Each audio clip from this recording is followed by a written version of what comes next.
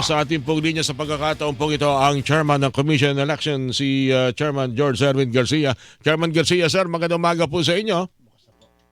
Magandang umaga, Sir Oli. Sa mga kababayan natin, magandang umaga po sa inyong lahat. Nung Lunes lang pala naaprobahan ng Bangsamoro Transition Authority o BTA sa BARM, ito pong redistricting na pinag-utos po pala ng Korte Suprema kasi di po ba nabago yung distrito dahil hindi sinama ang Sulu. So may mga distrito, kailangan pala makapag-comply ng dapat na bilang ng distrito. At yan ang asikaso, yung nga lang umabot ang hanggang nitong 12. So, papasok pa ho ba yan dahil meron tayong hinahabol na eleksyon sa Marso at ang binabanggit, siyempre, pag inaprubahan, parang usual na proseso sa pag-aproba ng batas, meron pang period of publication po ito, hindi kaya ma-delay at hinahabol din siyempre yung tinakdang araw ng campaign para magkaroon ng halalan. Ano ho ang dapat na isipin ngayon ng mga taga-BARM kaugnay po dito sa eleksyon nila?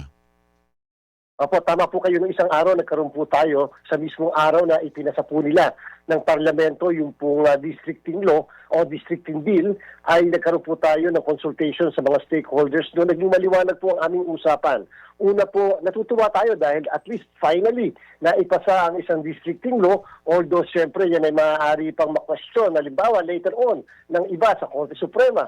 At the same time, ito po'y kakailanganin pang pirmahan o lagdaan ng Chief Minister at katulad ng nabanggit nyo, tama po kayo, nakalagay po sa kanilang naipasa na ito'y magiging epektibo lamang 15 araw makatapos na ito ay ma-publish sa isang newspapers of general circulation o kung hindi naman sa official gazette ng Bangsamoro. So amin pong estima, Sir Oli, baka po maging batas yan mga first week pa ng Pebrero. Ang problema po natin ay ito po kasing pagpapasa na ito ay medyo na late.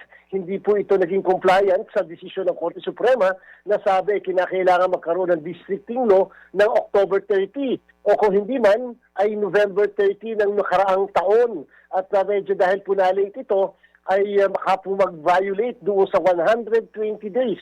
Ang sabi po ng Korte Suprema, dapat sundin walang mga pagbabago 120 araw bago mag-eleksyon. At dahil po ito pumasok na sa 120 days before the election, yan po ang isa sa pinakamabigat na legal issues na kinakaharap ng Commission on Elections.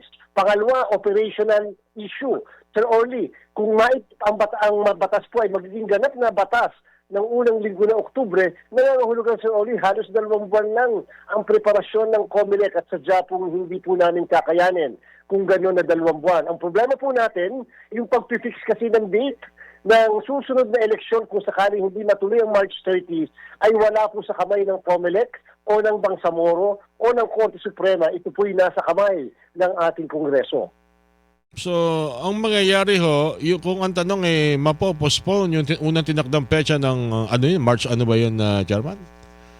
March 30 po yun, March Sir Oli. 30. So, kung sakasakali po, amin na pong pinag-aaralan ngayon. Madali So, kung ito po'y dapat maituloy o dapat pa ito talagang i-postpone ng COMELEC dahil nga po sa legal na kadahilanan at sa operational na kadahilanan. Chairman, mukhang ang nakikita at ang indikasyon talagang papunta to sa postponement. Dahil nga po may mga requirement na kinakailangan bago ang isang eleksyon tulad ng BARM. At tama po kayo, Sir Oli. Bagamat ayaw ko mong bigay ng pinal at huling konklusyon sa bagay na yan, pero by early next week, ang COMELEC po ay mag-i-issue ng isang resolusyon kung talagang itutuloy o hindi. Ayaw po nating masakripisyo naman yung peaceful conduct ng eleksyon. Kung sakasakalit, baka po kami kapusin, ang COMELEC naman po ang masisi dito. At remember, ito po'y hindi pa ganap na batas hanggang sa kasalukuyan. Sir Oli, ito po ay panukalang batas pa rin hanggat ito'y hindi na pipirmahan ng Chief Minister at na ipapublish sa aking binanggit ng mga newspapers o official gazette ng Bangsamoro. Okay. Yung bang sinasabi na sa nating redistricting, sabi niyo kasi kanina, baka merong pwedeng komisyon ho rito. Sa batay po sa pinadalang impormasyon ho sa inyo, meron ho ba ditong mga dapat questionin pa, lalo na yung dapat ang requirement dyan, yung mga nasa isang distrito ay magkakalapit. Hindi yung parang kukuha ka ng buffet, kukuha ka ng ulam dito, kukuha ka ng kanin dito, pansit, para ka namimili. Nasunod ho kaya yun, Chairman? Sir Oli, ang naging pagpasa po nitong panukalang batas nito hindi po unanimous. ibig sabihin yung miyembro ng parlamento ay hindi po iisa sa pagsang-ayon na ang batas na ito ay dapat maipasa. At meron po 19 ang nag-oppose o nag-say ng no sa pagkakapasa po nito. And therefore, asahan po natin, at yan po'y parte naman dapat talaga ng ating mga expectation na maaari merong mag-question, mag-raise ng issue muli ng legalidad ng batas na ito sa ating pong Korte Suprema. Kung sakasakali ho, mapopospone po ito at mukhang sa tingin ng karamihan, mapunta ho talaga doon sa postponement. Ang Kongreso na binabagay nyo kayo na, Kongreso magtatakda kung kailan, hindi po ang COMELEC. Yes po, at ang ating pong na-propose sa Kongreso, nagpabigay na po tayo ng ating panukalang batas patungkol sa isang reset Bangsamoro parliamentary election ay kung hindi buwan ng Mayo, ay maaari po itong gawin sa unang linggo ng Oktubre o huling linggo ng September po, Sir Oli. At dapat din po natin maintindihan na mukha pong base sa ating pagkakaalam diyan sa Bangsamoro, hindi lang po districting ang ipapasa nila, kung hindi meron pa pong ibang bagay na kanila pong ipapasa na makaka-apekto sa pagkondak ng halalan tulad nung napag-usapan natin, none of the above, plano po nilang tanggalin, tulad ng pagpapa-accredit muli ng mga political parties at tulad ng pagpapa-accredit muli ng mga sectoral organizations. Ganun na rin yung pagboboto directly ng mga sectoral organizations bilang miyembro ng kanilang parang mahaba pa nga. Sectoral representative. Hahaba pa nga kung may sasakatuparan yung proposal nilang yan, yung panukalang yan, Chairman. Mahaba pa bago talaga tuloy yung may sakatuparan ng eleksyon. Ano? Ay ang ating nga po sinasabi, dapat sana bago mag-eleksyon, tapusin na ang lahat na dapat tapusin. Gawin na yung dapat gagawin. Kasi po napakahirap, Sir Oli. Maghahanda kami, halimbawa, dahil tapos na ang districting. Pagkatapos bigla naman meron naman palang papasok na magbabago ang pagkukondak natin ng halalan, lalo po yung magiging magulo. Sana, bago magkaroon ng mismong schedule ng eleksyon, kung ito may hindi matutuloy sa March 30, ay magiging maliwanag na ano ba talaga ang mga ihahalal at ano mga posisyon ang may involved at paano ba talaga bibilangin ng mga boto. Okay, sige.